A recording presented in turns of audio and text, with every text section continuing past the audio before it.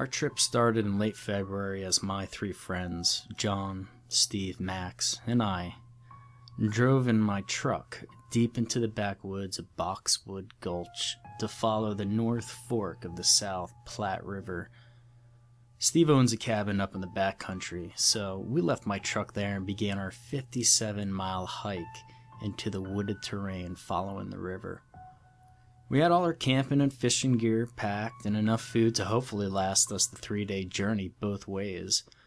As we first set out in the early morning, a few light snowflakes began to fall. The terrain was heavily wooded and uneven, making for slow going. The cool mountain air rustled through the trees and the sunlight streamed through the canopy, making the snowflakes glint and shimmer as birds chirped overhead and the river babbled in the distance. It was going to be a near-perfect trip.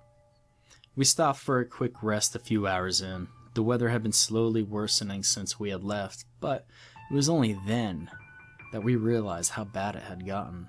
The snow was whipping around us in a blinding flurry as the wind howled, making the trees creak and sway, almost threatening to snap in two. The ground had already accumulated a good 6 inches of snow. It was about midday, but the sky was black. And I don't mean dark due to ever-intensifying storm. I mean that in between the gaps in the clouds, there was no blue, just solid black. None of us really made note at the time, as it was hard to notice through the thick cascade of snow and the limited visibility. After continuing our hike for some time, however, it became all too apparent that something was wrong. In addition to the sky, we also realized that there was nothing. Absolutely nothing in the distance. There should have been some mountains or something like there had been at the start, but no matter which way we turned, the world only seemed to extend 50 or so feet around us. Then it disappeared into the blizzard.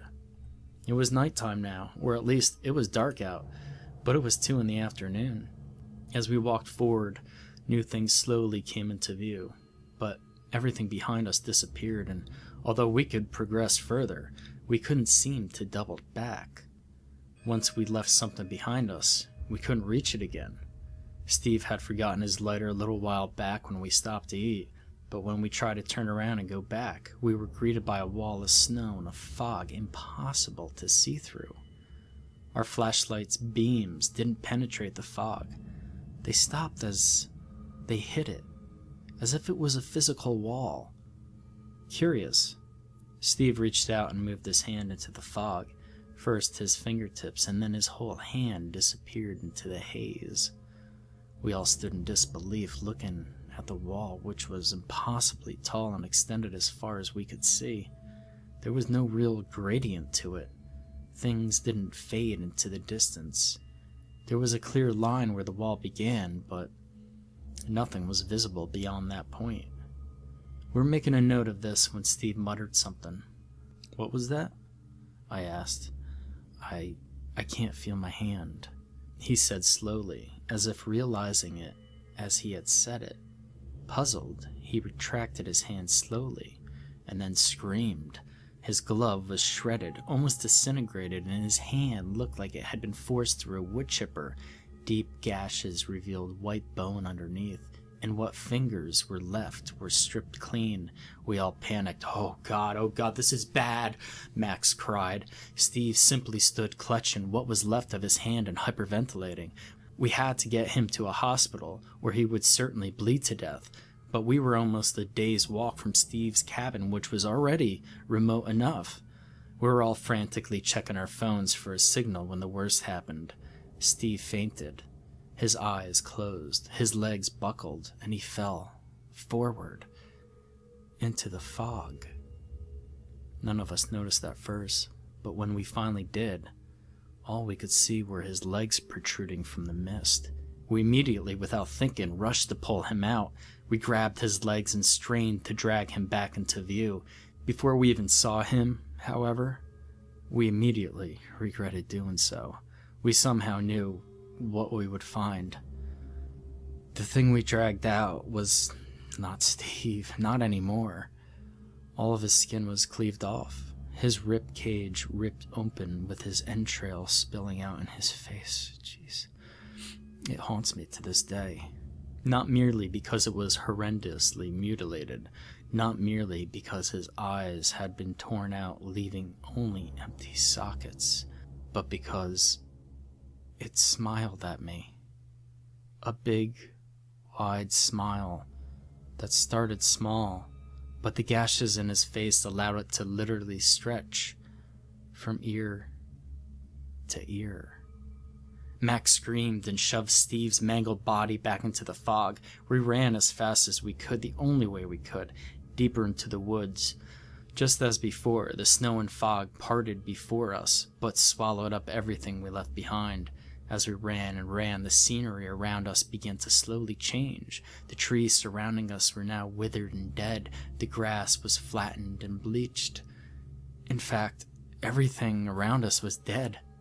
Colors had all but disappeared, leaving only shades of gray and an intensified feeling of loneliness and death. While we ran, I realized something. "Guys," I shouted, while I ran, not daring to stop for even a moment, "we can't turn around and go straight back, but maybe we could circle around back to Steve's cabin. Then we could get the truck and get the hell out of here." John and Max nodded their head, and we turned 90 degrees right and continued running. Eventually ran through what appeared to be a herd of deer, all of which were laying on the ground, gray and lifeless, hacked to pieces, blood-soaked the ground. As we ran through the herd, dodging corpses, it was hard not to notice that their dead, lifeless eyes seemed to follow us. When we felt confident enough that we wouldn't be doubling back on ourselves, we turned towards Steve's cabin, towards safety. We ran for at least another hour. Eventually, however, none of us could run any longer. Our bodies simply wouldn't allow it, and we were forced to stop. After some time, Max, John, and I managed to get a fire going, despite the snow and damp tinder. We had hoped that it would bring some sense of warmth and security, but we were wrong. The flames were a bright orange hue, bleeding some color into the grayscale world. It clearly did not belong, nor did we. The longer the flames cracked and popped, the more we began to hear something. Distant and quiet at first, but slowly growing closer, louder, more numerous. A chorus of blood-curdling wails and moans soon filled the air around us. Focused on the fire and pretending to be safe, mesmerized by its beauty, we didn't immediately notice a mangled deer carcass slowly dragging itself out of the fog and into view. Nor did we notice the second, nor the third. Finally, we snapped out of our trance just in time to scramble to our feet in terror as a myriad of different animal carcasses climbed out of the fog, drawn to the strange light of the fire. We were intruders in their world. I was paralyzed by fear, unable to breathe. I turned to my friends to find that they were no longer beside me. They had taken off running, leaving me behind. I turned around to run after them, but something grabbed me by the shoulder. I didn't need to turn around to know what it was. I could tell by the hand gripping my shoulder. A hand that looked like it had gone through a wood chipper. I flailed and managed to free myself before it could get a good grip on me, and I took off running. I didn't look back. No way did I want to see that face of what was once my friend. I could no longer see John or Max, and I assumed that they would have been ahead of me. But I was the only one with the keys to the truck, and Steve had the keys to the cabin. They wouldn't be any safer if I couldn't meet up with them. So I ran and ran faster and for longer than any human could possibly do under normal circumstances. Finally, after God knows how long, I could finally make out a structure in the distance. It was the cabin. I felt a twinge of hope. The wails continued to ring out in the night air, but I seemed to have a lead on them at the time. I reached the truck, unlocked it, and jumped inside. I scanned the area for Max or John, but could see neither. I couldn't just leave them, but I couldn't wait here forever either. I sat sweating and shaking nervously as the wails grew closer and louder. I had just about made up my mind to leave when I could suddenly make out someone sprinting toward me. It looked like Max. I started up the truck and motioned for him to run faster, but for some reason, I found myself subconsciously pressing the lock button, locking all the doors. My instinct told me that something was wrong. I looked down at my hands, and they were shaking like crazy. I looked back up, and Max's horribly mutilated face was pressed up against the driver's window, staring at me, smiling. He was trying to open the door.